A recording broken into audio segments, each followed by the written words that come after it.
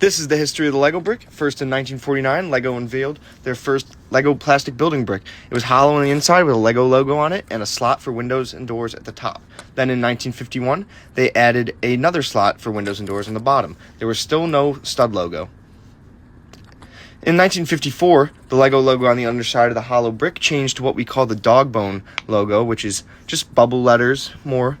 And then they added more windows and door slots just randomly. You could get them anywhere now. And they even had a mold mark on one of the studs sometimes, where it would just be an indented circle. In 1956, they did away with the windows and door slots for bricks, and they added the Lego logo on. This logo is very similar to the one you see today on modern Lego studs, but I believe it was a little smaller than it is now.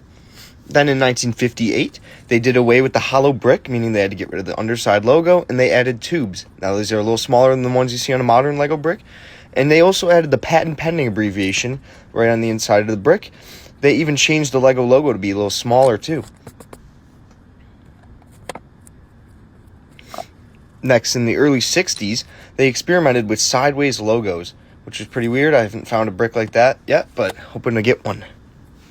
In 1963, Lego changed to ABS plastic, which is what you see on a modern Lego brick. They also made the tubes the size you see on a modern Lego brick, and changed the logo to what you see on a modern Lego brick. Now, these plastics logos all existed interchangeably. You could get different plastics and different logos in the same sets in the 60s.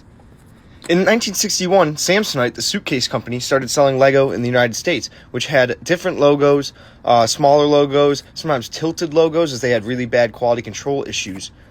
And they would be random tilts, all different directions for each different stud.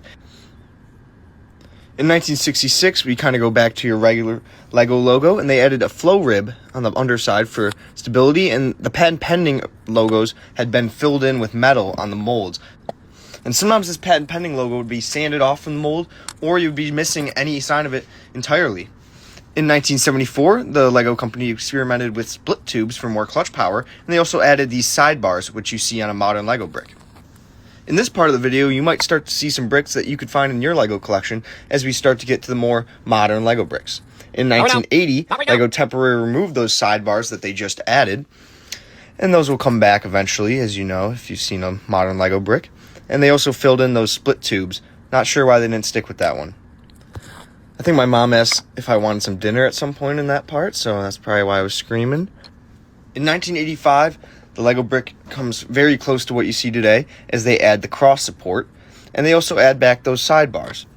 We haven't seen a patent pending logo in a while, as they finally updated their molds to show no sign of it. And where those used to be are now part numbers, and that's your modern Lego brick.